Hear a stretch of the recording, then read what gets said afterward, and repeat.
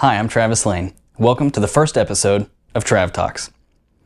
Today's episode was unplanned, and it's going to be a little bit more overtly social and political than I planned to be in some of the future episodes of this series, but I felt like it was important to talk about this subject even if I'm really late to the game.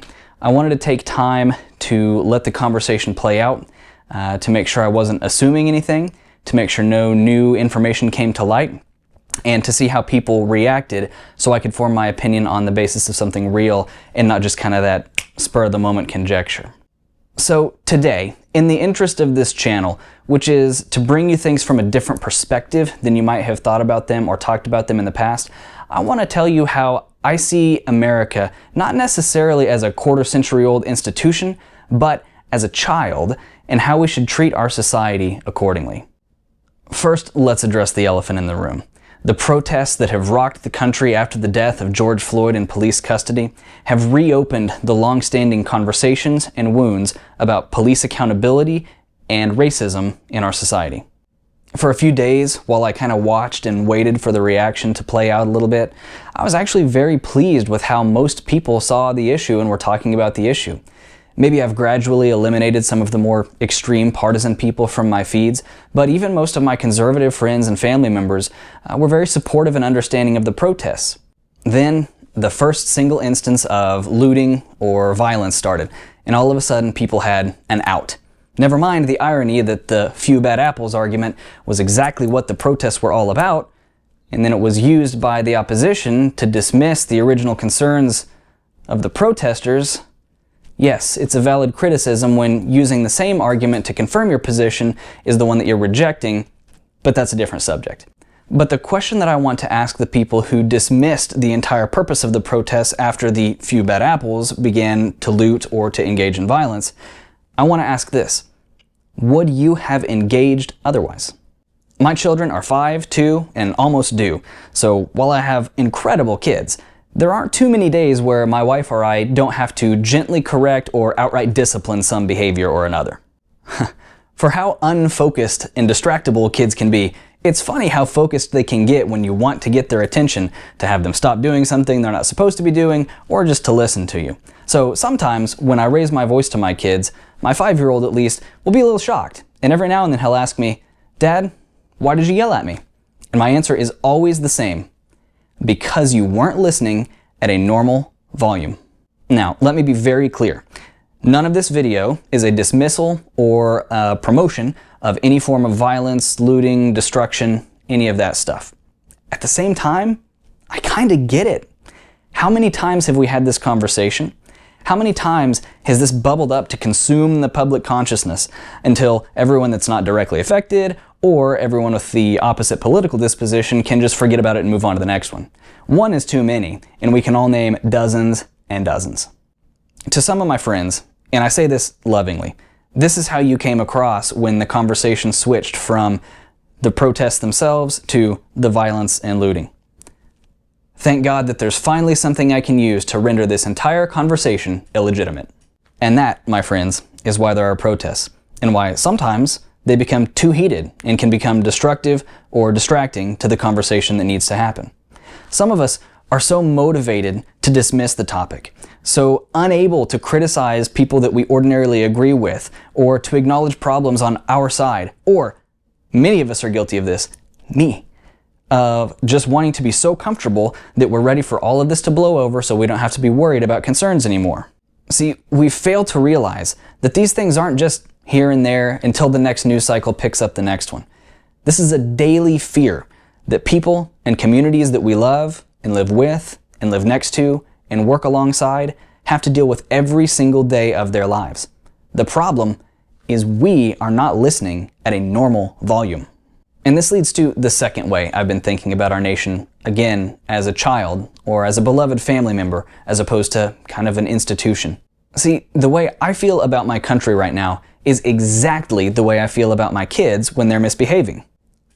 I love you, but I am disappointed in your behavior. Or, I'm proud of you as a person, but I am disappointed in your actions. You don't schedule an intervention for someone that you're indifferent about. You have an intervention for someone who you love and you want to have good things happen to, but you see that their current behaviors and patterns are leading them towards a destructive or harmful result. I'm a big fan of the book Boundaries by Dr. Henry Cloud. One of my main takeaways from that book was the difference between hurt and harm. The book says it this way: we need to evaluate the pain our confrontation causes other people. We need to see how this hurt is helpful to others, and sometimes the best thing that we can do for them and the relationship. We need to evaluate the pain in a positive light. These protests are an intervention.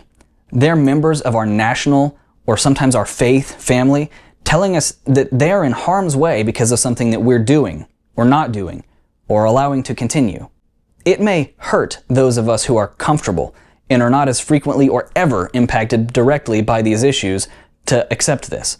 But we are the fragile snowflakes if we can't accept the sting of a painful truth to help our brothers and sisters get out of harm's way.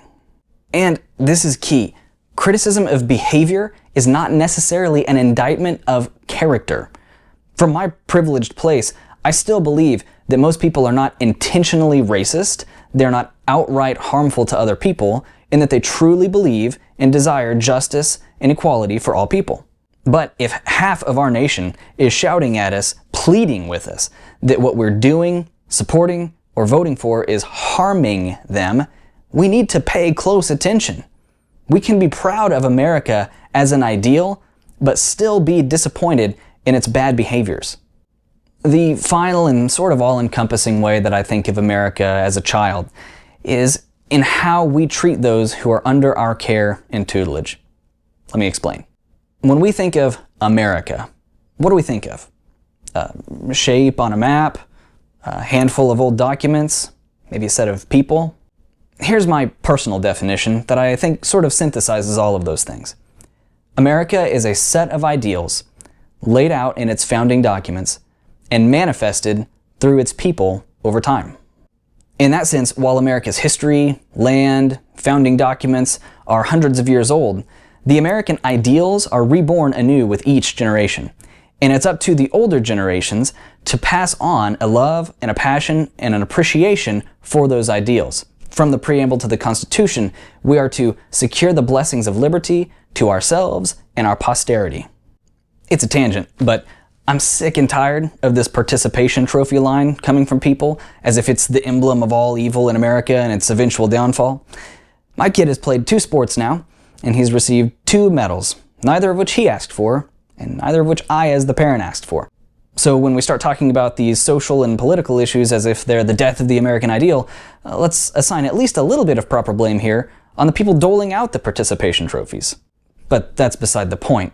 The real meat of the point is, it is up to all adults and all grown people of all ages, colors, genders, and political orientations to show the younger generations that the American ideals are working and that they should be preserved. Younger people haven't suddenly glommed onto socialism because they're uneducated or ignorant or just have a pressing need to be angry about something. It's because the American ideal as currently manifested isn't working for them. It hasn't been tended to by the adults in the room, and so our posterity have decided that it's not for them. American medical bills are a very unfunny running joke. The wealth disparity is massive and only growing, and the tired old lines of just work hard and educate yourself, while very admirable, are pretty tone deaf when people are working multiple jobs just to meet poverty level basic needs, and the cost of higher education has greatly outpaced earnings over the last 30 years. It's the exact same thing with police violence. I've never seen a protest against firefighters, EMTs, emergency room doctors, or any other first responders. Heck, I've never even seen protests against the military. There's some question over whether we're sending our brothers and sisters into harm's way for any legitimate or strategic purpose, but never any outright protests against the military as such. If your takeaway from the last 20 years of politics and society in America has been that young people are just whiny britches that hate America, you're completely missing the point. The point is, they want to live in a great place, and they want America to be that great place, but the ideals are not manifestly working for them.